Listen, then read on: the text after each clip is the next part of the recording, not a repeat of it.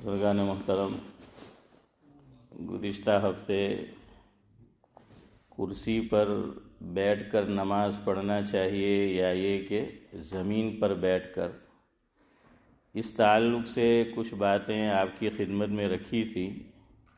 آج کی مجلس میں بھی کچھ باتیں اسی تعلق سے آپ کے گوش گزار کرنی ہیں، لیکن پہلے نماز کا فلسفہ سمجھے کہ اللہ تعالیٰ نے یہ عبادت مجھے اور آپ کو اور مسلمانوں کو کیوں دی ہے، اور اللہ تعالیٰ ہم سے کیا چاہتا ہے نماز کے ذریعے سے۔ امجد حیدرآبادی ایک دینی ذہن رکھنے والے شخص گزرے ہیں، ان کی ایک ربائی ہے کہ پیراہنے کبر چاک ہو جاتا ہے، پیراہنے کبر چاک ہو جاتا ہے، نفس سرکش ہلاک ہو جاتا ہے۔ مسلم کے لیے عجب نعمت ہے نماز، مسلم کے لیے عجب نعمت ہے نماز، سر خاک میں رکھ کے پاک ہو جاتا ہے۔ کیا فرمایا؟ یہ ہے فلسفہ نماز کا، سمجھیے۔ کبر، تکبر اللہ تعالیٰ کو ذرہ برابر پسند نہیں ہے۔ کیوں؟ وائی؟ اللہ تبارک و تعالیٰ خود اس کا ریزن بیان فرماتے ہیں کہ کبر یہ تو میری شان کو زیبا ہے۔ آپ نے بارہا امام صاحب سے قرات سنی ہوگی، هو اللہ الذی لا الہ الا هو عالم الغیب والشہادہ هو الرحمن الرحیم، هو اللہ الذی لا الہ الا هو الملک القدوس السلام المؤمن المہیمن العزیز الجبار المتکبر۔ تکبر سے بھرا ہوا آدمی ہو تو فاروق بھائی ہم کیا بولتے ہیں کہ فلاں بڑا متکبر ہے، بولتے ہیں نا؟ تو متکبر اللہ خود فرماتے ہیں کہ یہ میری صفت ہے۔ یہ کس کی صفت ہے؟ اللہ کی صفت ہے۔ یہ قرآن بیان کر رہا ہے کہ اللہ تعالی متکبر ہے، یہ اسی کو زیبا ہے۔ اور حدیث پاک میں اللہ کے نبی صلی اللہ علیہ وسلم نے فرمایا، جس کا مفہوم یہ ہے، حضور نے فرمایا کہ یہ حدیث قدسی ہے۔ دیکھیے، عام حدیث میں اور حدیث قدسی میں فرق ہوتا ہے۔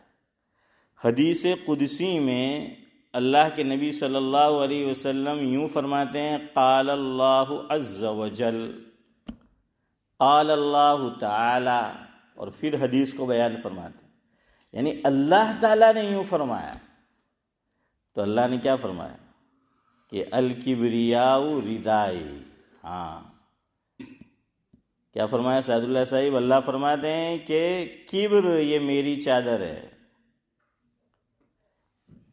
جو اس کو کھینچنے کی کوشش کرے گا میں اسے پھاڑ ڈالوں گا،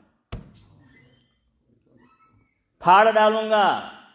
جو اس پہ ہاتھ ڈالنے کی کوشش کرے گا، جو اسے کھینچنے کی کوشش کرے گا، اللہ فرماتے ہیں اس کے ساتھ گویا کہ میرا اعلان جنگ ہے۔ اور دوسری حدیث یہ بھی آپ نے بارہا سنی ہوگی، جس میں یہ فرمایا عارف بھائی، اللہ کے نبی صلی اللہ علیہ وسلم نے، کہ جس شخص کے دل میں ذرہ برابر، یعنی رائی کے دانے کے برابر بھی کبر ہوگا، اللہ تبارک و تعالیٰ اسے جنت میں داخل نہیں فرمائے۔ حالانکہ ایک روایت کا مفہوم یہ ہے کہ جس کے دل میں رائی کے دانے کے برابر بھی ایمان ہوگا تو اللہ اس کو کہاں داخل کریں گے؟ عبداللہ بھائی، جنت میں اس کو داخل کریں گے، رائی کے دانے کے برابر۔ بلکہ ایک حدیث پاک میں آتا ہے جس کا مفہوم یہ ہے کہ اللہ تبارک و تعالیٰ کی طرف سے حضرت نبی کریم صلی اللہ علیہ وسلم سے یوں کہا جائے گا کہ جائیے آپ جہنم میں، اور جس کے دل میں ایمان کا آپ کو پتہ چلتا ہے اسے لے آئیے، ہم آپ کو اجازت دیتے ہیں اور جنت میں داخل کر دیجیے۔ حضور جائیں گے، مفہوم ہے، اور لے کر آئیں گے ان کے لیے جنت کا فیصلہ ہوگا، لیکن کچھ آدمی ایسے ہوں گے کہ ان کے ایمان والے ہونے کا پتہ حضور کو بھی نہیں چلے گا، اتنا کمزور ایمان ہوگا کہ حضور کو بھی بھنک نہیں لگے گی. تو اللہ تبارک و تعالیٰ ایسوں کو بھی کہاں داخل کریں گے؟ جنت میں اسماعیل بھائی داخل کریں گے. لیکن دیکھیے یہاں فرمایا کہ کبر ہوگا، ذرا سا تکبر، I am some thing, I am every thing. ہاں بعض لوگ تو آئی ایم سم تھنگ، لیکن بعض اس سے بھی آتے آئی ایم ایوری تھنگ. ہاں ہمارے ایک استاد تھے، مرحوم ہو گئے، اورنگ آباد کے، تراج میں میں نے ان سے پڑھا، مفتی امین صاحب اورنگ آبادی نور اللہ مرقدہ. چھوٹا بھائی دانا جو ہے اور یہ دانا فیملی، انہوں نے مل کر اورنگ آباد میں ایک مدرسہ تعمیر کیا ہے، آپ کو پتہ ہوگا کچھ لوگوں کو. تو وہی اس کے ہیڈ تھے، میرے استاد تھے. تو وہ فرمایا کرتے تھے کہ یہ جو تکبر کرنے والے ہوتے ہیں، متکبر، وہ گویا یوں کہہ رہے ہوتے ہیں کہ ہمچو من دیگرے نیست. یہ فارسی زبان ہے کہ ہمچو من دیگرے نیست، کہ میرے جیسا کوئی دوسرا نہیں ہے ہی نہیں. غنی بھائی ہمارے استاد فرماتے تھے کہ گویا وہ یوں کہہ رہا ہے ہمچو من گیدڑے نیست، کہ میرے جیسا اشرف بھائی کوئی گیدڑ نہیں ہے. ہاں واقعتاً ایسے لوگ گیدڑ بھکتی رہتے بھی رہتے ہے نا. ہاں اللہ کو یہ پسند نہیں ہے. قرآن کریم ایک اور مقام پر کہتا ہے تِلْكَ الدَّارُ الْآخِرَةُ نَجْعَلُهَا لِلَّذِينَ لَا يُرِيدُونَ عُلُوًّا فِي الْأَرْضِ وَلَا فَسَادًا وَالْعَاقِبَةُ لِلْمُتَّقِينَ. کیا فرمایا حسن بھائی کہ ہم نے یہ جو جنت ہے یہ عاجزی کرنے والوں کے لیے، تواضع کرنے والوں کے لیے، انکساری کرنے والوں کے لیے ہے، ہاں اپنے آپ کو جھکا کر چلنے والوں کے لیے ہاشم بھائی یہ ہم نے تیار کی ہے. فرمایا کہ جو متکبر ہے، تکبر والا ہے، اسے ہم جنت میں داخل نہیں کریں گے، قرآن کہہ رہا ہے. تو میں نے قرآن سے بھی آپ کو بتایا، حدیث پاک سے بھی آپ کو بتایا، اللہ کو یہ پسند نہیں ہے تکبر. اور روئے زمین پر ایک یہودی آیا حضور اکرم صلی اللہ علیہ وسلم کی خدمت میں، صحیح حدیث مفہوم ہے. اس نے آ کر پوچھا کہ محمد صلی اللہ علیہ وسلم، روئے زمین پر سب سے بہتر جگہ کون سی ہے؟ سب سے بہتر جگہ روئے زمین پر کون سی ہے؟ تو اللہ کے نبی صلی اللہ علیہ وسلم نے جواب میں فرمایا کہ مجھے نہیں معلوم، میں جبریل امین سے پوچھ کر بتاؤں گا.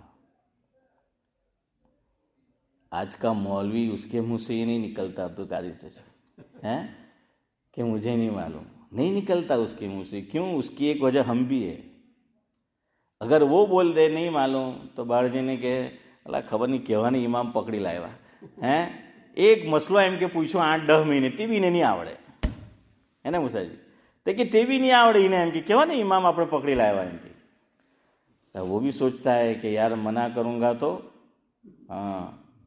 عزت کے چیچڑے اڑائیں گے یہ لوگ، تو اس لیے وہ میرے خیال سے یوں ہیں، میرے خیال سے یوں ہے، میں نے ایسا سنا ہے، ایسا ہو سکتا ہے.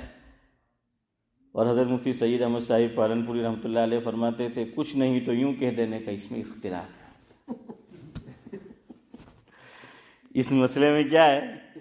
اختلاف ہے، لیکن یوں نہیں کہنے کا کہ مجھے نہیں معلوم. حدیث پاک میں فرمایا جس کا مفہوم یہ ہے کہ لا ادری لا اعلم، یہ کہنا یہ بھی علم ہے اور بہت بڑا علم ہے. ائمہ اربعہ میں سے دوسرے نمبر کے امام حضرت امام مالک علیہ الرحمہ، ان کے حالات میں لکھا ہے کہ کئی مرتبہ سوال ان سے ہوا، سوالات ہوئے ان سے ایک ہی مجلس میں. حضرت نے فرمایا نہیں معلوم، نہیں معلوم، نہیں معلوم، نہیں معلوم، نہیں معلوم. میرے اور آپ کے جیسا ہوتا تو کہہ دیتا کہ پھر تجھے کیا معلوم ہے، لیکن کیا فرمایا؟ نہیں معلوم۔ علم ایک سمندر ہے، ہاں، علم ایک دریا ہے، اس کی کوئی انتہا نہیں ہے۔ اسی لیے تو فرمایا گیا، گرچہ یہ حدیث نہیں ہے لیکن مفہوم صحیح ہے۔ بعض لوگ کہتے ہیں کہ حدیث ہے، حدیث نہیں ہے، لیکن مفہوم صحیح ہے۔ اطلب العلم من المہدی الی اللحد، ہاں، یہ فرمایا مفہوم ہے کہ علم حاصل کرو گہوارے سے لے کر جوڑیو گجراتی میں گئی، اور یہاں کی زبان میں کوٹ۔ اور میں کہاں کرتا ہوں، اللہ بچائے، یہاں کی اولاد ایسی ہے، ہم اس کو کوٹ میں بڑا کرتے ہیں اور بڑا ہو کے وہ ہمیں کوٹ میں پہنچاتا ہے۔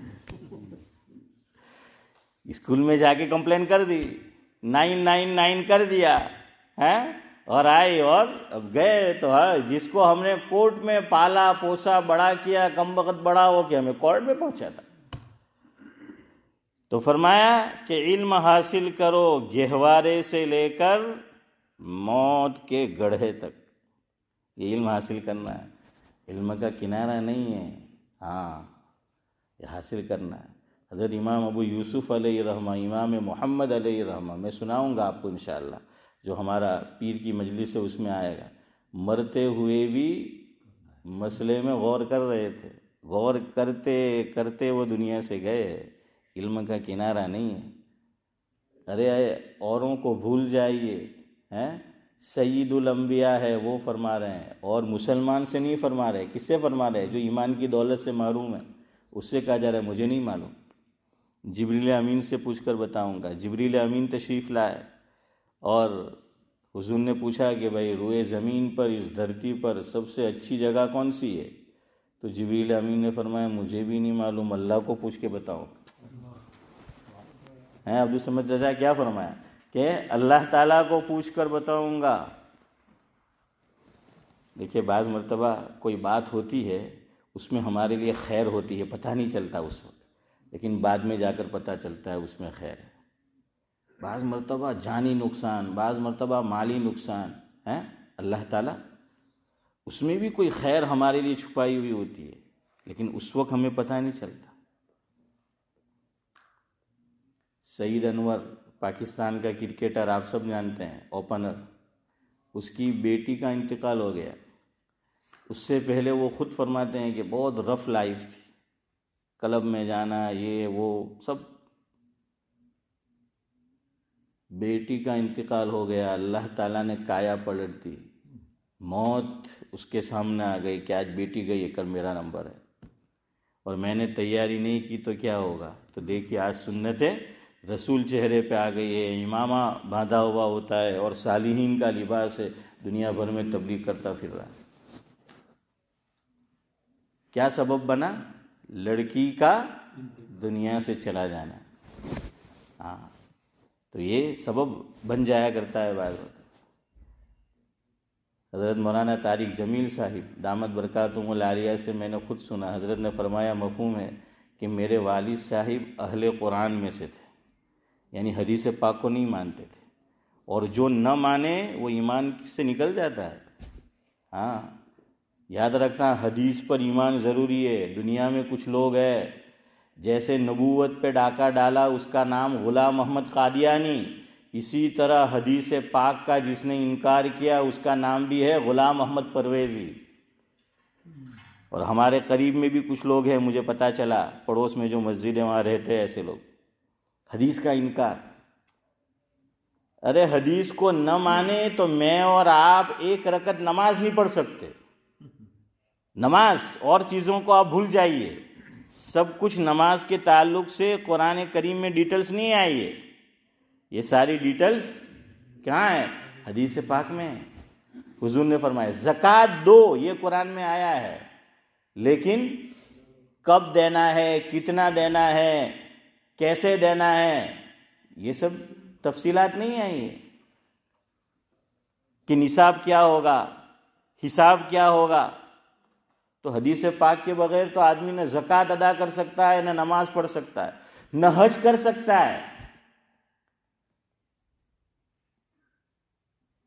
لیکن ہیں کچھ لوگ ایسے.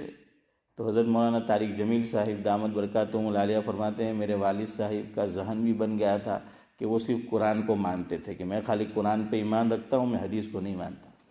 لاہور میں ہمارے ایک بزرگ تھے مفسر قرآن جن کا درس قرآن بڑا مشہور تھا، حضرت مولانا احمد علی صاحب لاہوری نور اللہ مرقدہ.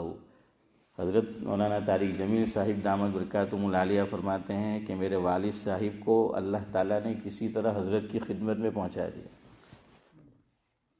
1 گھنٹہ حضرت کے پاس بیٹھے، صحبت میں بیٹھے یا کچھ کم و بیش حضرت سے دین کی بات سنی، کایا پلٹ گئی تھوڑی سی اس میں. تو بعض مرتبہ ایسا ہو جاتا ہے کہ وہ نیت سے نہیں گئے تھے کہ حضرت کے درس میں بیٹھنا ہے، اپنے کسی کام سے گئے تھے، اللہ تعالیٰ نے ان کو وہاں پہنچا دیا. تو جبریل امین بھی یہاں دیکھیے وہ خود فرماتے ہیں حدیث پاک میں کہ فرمایا کہ مجھے نہیں معلوم، اللہ تعالیٰ سے پوچھ کر بتاؤں گا.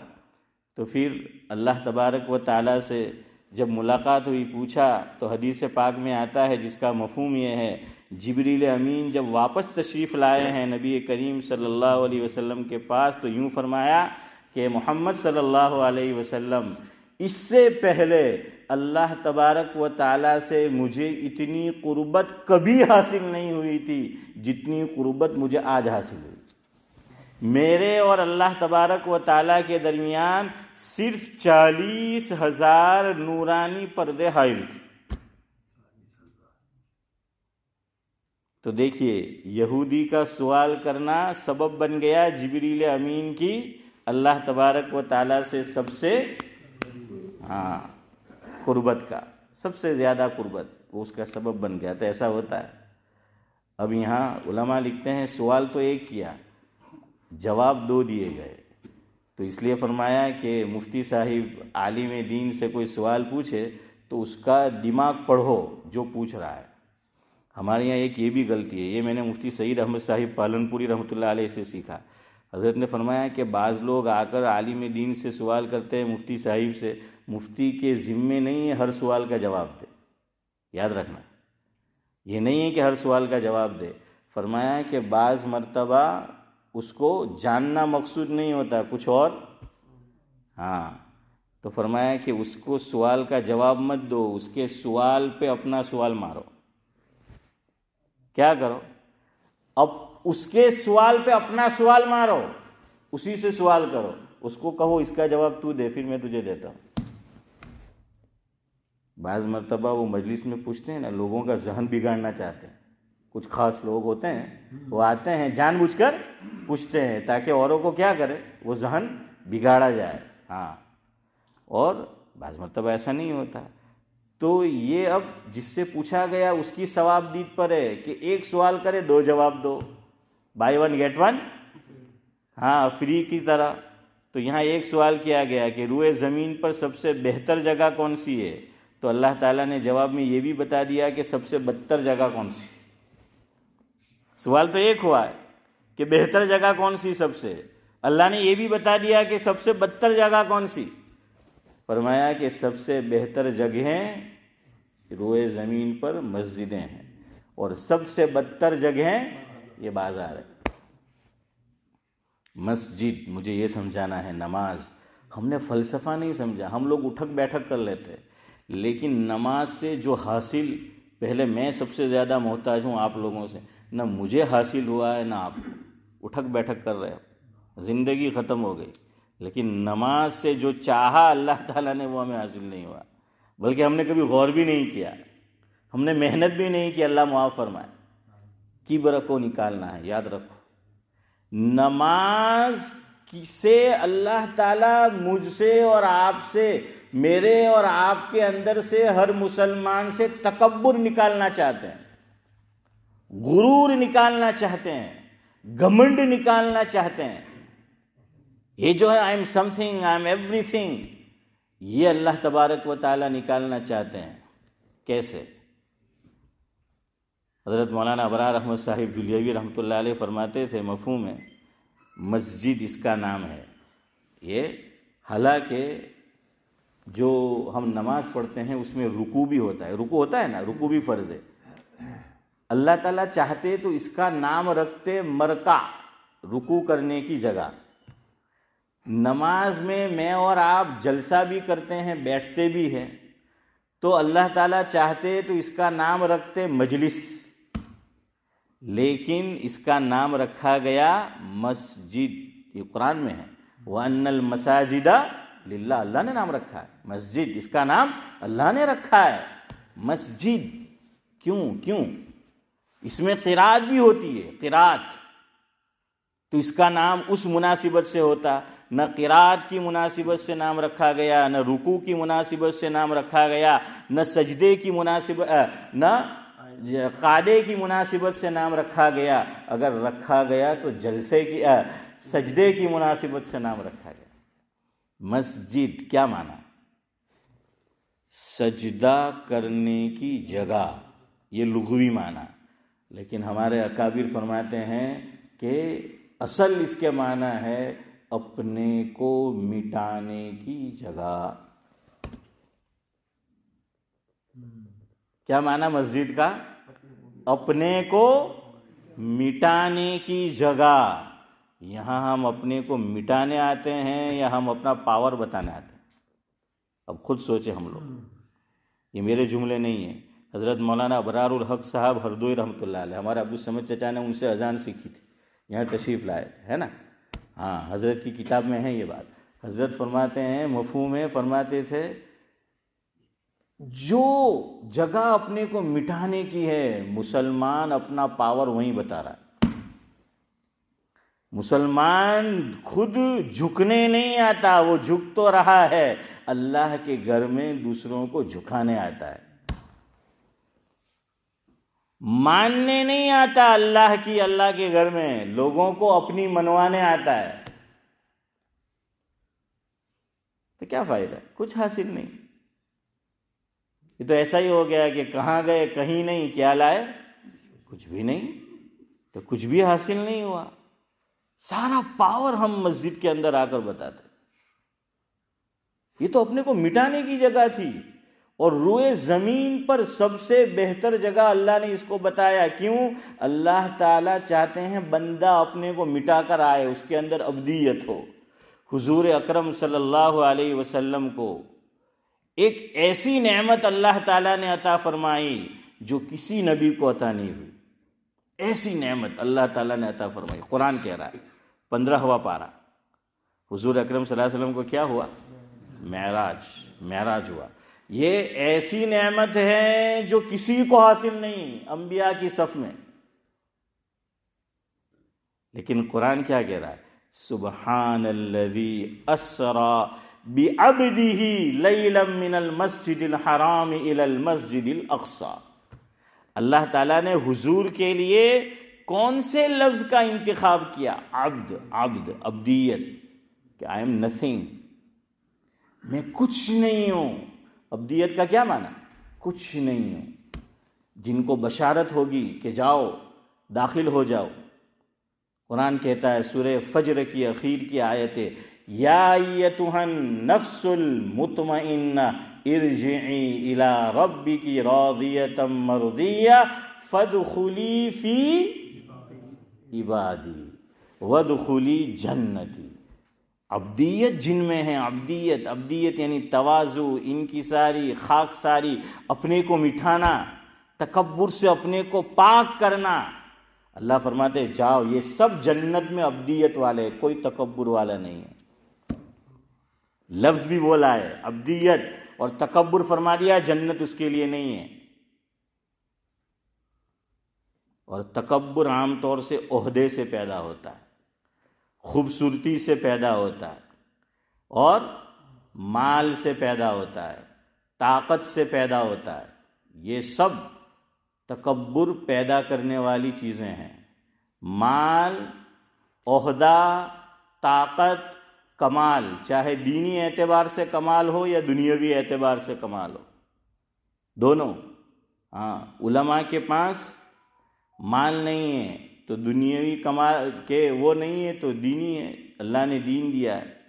حضرت مولانا حسین احمد مدنی نور اللہ مرقدہ ان کے حالات میں لکھا ہے کہ علماء کو عوام سے زیادہ ضرورت ہے اپنے گریبان میں جھانکنے کی. ہاں، تکبر، علم تکبر لے کر آتا ہے. کیوں؟ حضرت فرماتے تھے علم، ادھر دیکھیے، علم اس میں علو ہے. کیا ہے؟ اس کے لفظ پہ آپ غور کریے، اس کے مادے پہ علو. علو کا کیا معنی؟ اوپر، بلندی، بلندی. اسی لیے حضرت تھانوی رحمۃ اللہ علیہ فرماتے تھے کہ میں علماء کے لیے خاص طور سے کسی بزرگ کی صحبت ضروری سمجھتا ہوں. ہاں، ورنہ یہ علم مار دے گا. شیطان کو کس نے مارا؟ علم نے مارا نا، علم نے مارا شیطان کو. فرعون کو کس نے مارا؟ علم نے، مال نے مارا. ہاں، مال نے. کم بخت اللہ تعالیٰ کوٹ کر رہے ہیں کہ اپنے کو کہتا تھا انا ربکم الاعلی. صرف رب اعلیٰ نہیں، انا ربکم الاعلی، کہ میں صرف رب نہیں بلکہ ربکم الاعلی، رب اعلیٰ، کہ میں اس سے بھی جو ہے وہ بڑا ہوں. ہمارے حضرت مفتی ضروری خان صاحب نور اللہ مرقدہ، میں پورا نہیں بولوں گا، صرف اشارہ کرتا ہوں. حضرت فرماتے تھے اللہ نے فرمایا کہ انا ربکم الاعلی، فرعون نے کہا تھا، اور ایک طرف اشارہ کیا کہ اب کیا کہا جائے، خود بھی گمراہ ہوا، دوسروں کو بھی، چونکہ وہ تھا ابو الاعلی. نہیں سمجھے؟ اشرف بھائی سمجھ گئے ہیں؟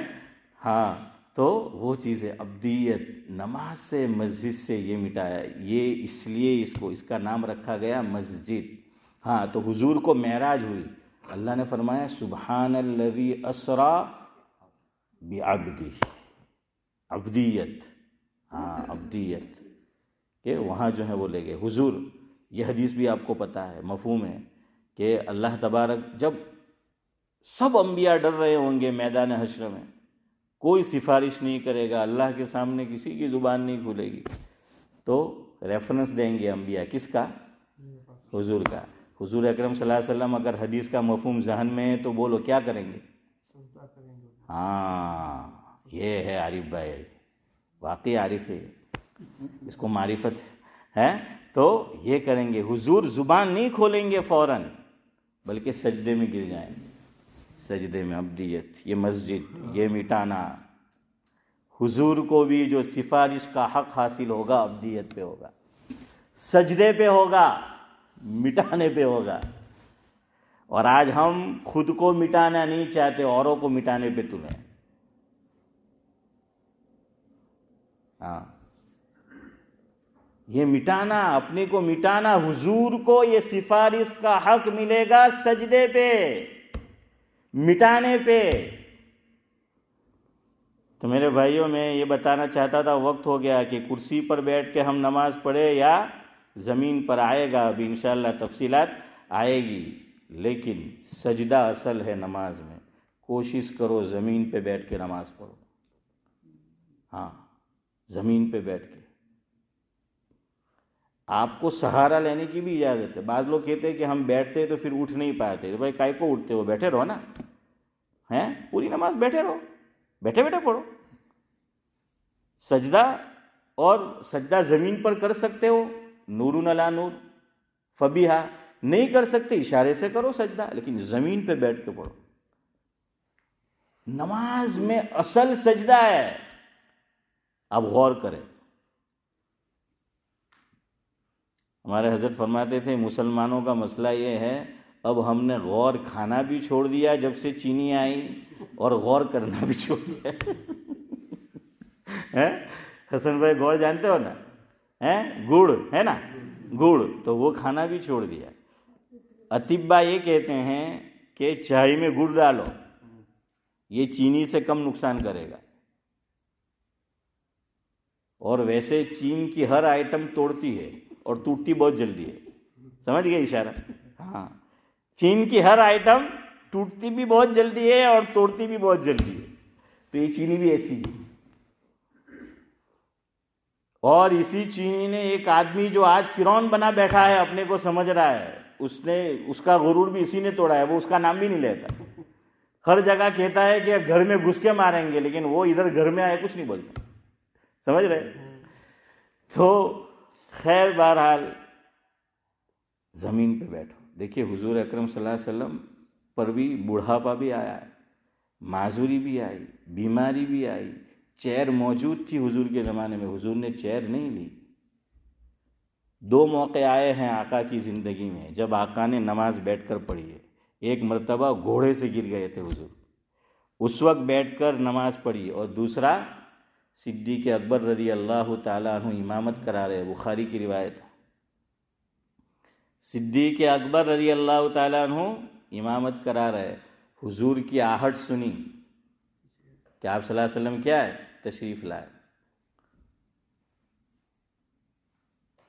فجاء رسول اللہ صلی اللہ علیہ وسلم حتی جلس عن یسار ابی بکر، بخاری شریف میں کہ آپ صلی اللہ علیہ وسلم پاؤں گھسیٹ رہے تھے، یوں گھسیٹتے ہوئے 2 آدمی کے سہارے، پڑوسی میں گھر تھا، مسجد میں تشریف لائے. صدیق اکبر نے آہٹ کو محسوس کر لیا تو پیچھے ہٹنا شروع ہوئے، تو حضور نے اشارے سے منع کیا کہ نہیں آپ وہیں کھڑے رہے، لیکن صدیق اکبر حضور اکرم صلی اللہ علیہ وسلم کیا ہے، آ کر بیٹھ گئے. امام بخاری علیہ رحمہ نے یہ لفظ کوٹ کیے ہیں، حدیث ہے.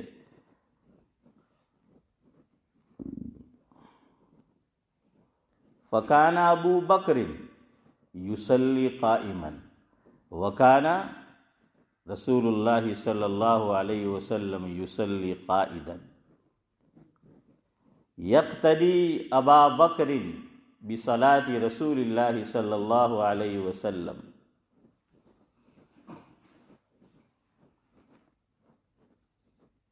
والناس مقتدون بصلاة ابی بکر رضی اللہ تعالی عنہ. کیا فرمایا کہ حضور اکرم صلی اللہ علیہ وسلم کی آہٹ سنی صدیق اکبر رضی اللہ تعالیٰ عنہ نے تو پیچھے ہٹ گئے مصلی پہ. حضور نے منع بھی فرمایا، لیکن وہ ابو بکر تھے، مزاج شناس تھے، تو حضور نے کیا کیا، حتی جلس عن یسار ابی بکر، کہ سیدھے ہاتھ پر آ کر حضور بیٹھ گئے. جلسہ لفظ ہے، جلس بیٹھ گئے، کرسی کا لفظ نہیں ہے. اور حضور کے زمانے میں کرسی موجود تھی، آپ کو بتایا تھا گزشتہ اس میں، کرسی موجود تھی حضور کے زمانے میں. حضور بیٹھ گئے سیدھے ہاتھ پر آ کر، اور ابو بکر کیا تھے، کھڑے تھے. اللہ اکبر، عجیب نماز ہے. امام بخاری نے کیا لفظ حدیث پاک میں ہے، فرماتے ہیں کہ کیا الفاظ آئے ہیں، ابو بکر حضور کی اقتدا کر رہے تھے اور پیچھے صحابہ ابو بکر کی اقتدا کر رہے تھے. پیچھے صحابہ، ہاں، اور صحابہ کھڑے تھے. صحابہ کیا تھے، وہ کھڑے تھے، وہ بیٹھے نہیں تھے. یہاں پر ایک قاعدے کی اور فائدے کی بات امام بخاری علیہ الرحمہ کے استاد ہیں حمیدی. تو حمیدی کا قول ہے، وہ انشاءاللہ اگلی مجلس میں، وقت نہیں ہے، آپ کو میں سناؤں گا. بہت اچھی بات حمیدی نے لکھی ہے رحمۃ اللہ علیہ. تو اس لیے میرے بھائیوں، کرسی کا رواج حضرت مولانا مفتی محمد تقی عثمانی صاحب دامت برکاتہم العالیہ، طویل فتویٰ چھپا ہوا ہے دارالعلوم کراچی سے، کئی اساتذہ وہاں کے، ان کی دستخط ہے، سگنیچر ہے. حضرت نے اس میں عبارت یہ لکھی ہے، یہ جملہ لکھا ہے مفتی تقی عثمانی صاحب دامت برکاتہم العالیہ نے، کہ حضور اکرم صلی اللہ علیہ وسلم کے زمانے میں کرسیاں موجود تھی، لیکن کہیں کرسی پر نماز پڑھنے کا ذکر نہیں ہے. اور یہ لکھا کہ حضور کے زمانے میں بھی معذورین تھے، بوڑھے تھے، معذور تھے. فرمایا اس کے بعد صحابہ کا دور آیا، کرسیاں موجود تھی، کسی صحابی کے تعلق سے آپ کو نہیں ملے گا کہ کرسی پہ انہوں نے نماز ادا کی. بعد میں ہمارے اسلاف آتے رہے، کہیں کرسی کا دور نہیں آیا. لیکن جب سے ہمارے دماغوں میں کرسی آ گئی تو مسجد میں بھی کرسی آ گئی ہے. بس کرسی دماغ کے اندر ہے. اب الیکشن ہے انڈیا میں، ہم لوگ ہاریں گے، کیوں؟ جہاں ہماری میجورٹی ہے، یہ لوگ ہوشیار ہے جو پارٹیاں ہیں، کیا دے دیں گے؟ جنجنا دے دیں گے کہ جا اگر پتہ ہے کہ اس کو ووٹ نہیں، یہ ووٹ کٹوا ہے، ایک کھڑا رہتا تو وہ جیت جاتا، لیکن نردلیہ بھی کھڑے رہیں گے، فلاں پارٹی کی طرف سے فلاں پارٹی کی طرف، اپنا فائدہ، کیوں؟ اسے کرسی چاہیے، حالانکہ کرسی نہیں ملنے والی، جانتا ہے ہمارے ووٹ کٹ جاتے، وہ جیت جاتے، جہاں ہماری میجورٹی ہے وہاں بھی ہم ہار جاتے ہیں، یہ کرسی کا نشہ ہے۔ کیفی اعظمی ایک شاعر گزرے ہیں انڈیا میں، ان کا ایک شعر ہے، کیفی اعظمی کہتے ہیں، وہ غالب سعد اللہ صاحب غالب نے کہا تھا، اس کی تضمین ہے، ہزاروں خواہشیں ایسی کہ ہر خواہش پہ دم نکلے، بہت نکلے میرے ارماں مگر بہت پھر بھی بہت کم نکلے۔ تو وہ کیفی اعظمی نے اس کی تضمین کی ہے، ہزاروں کرسیاں ایسی کہ ہر کرسی پہ دم نکلے، ہیں صدیق بھائی؟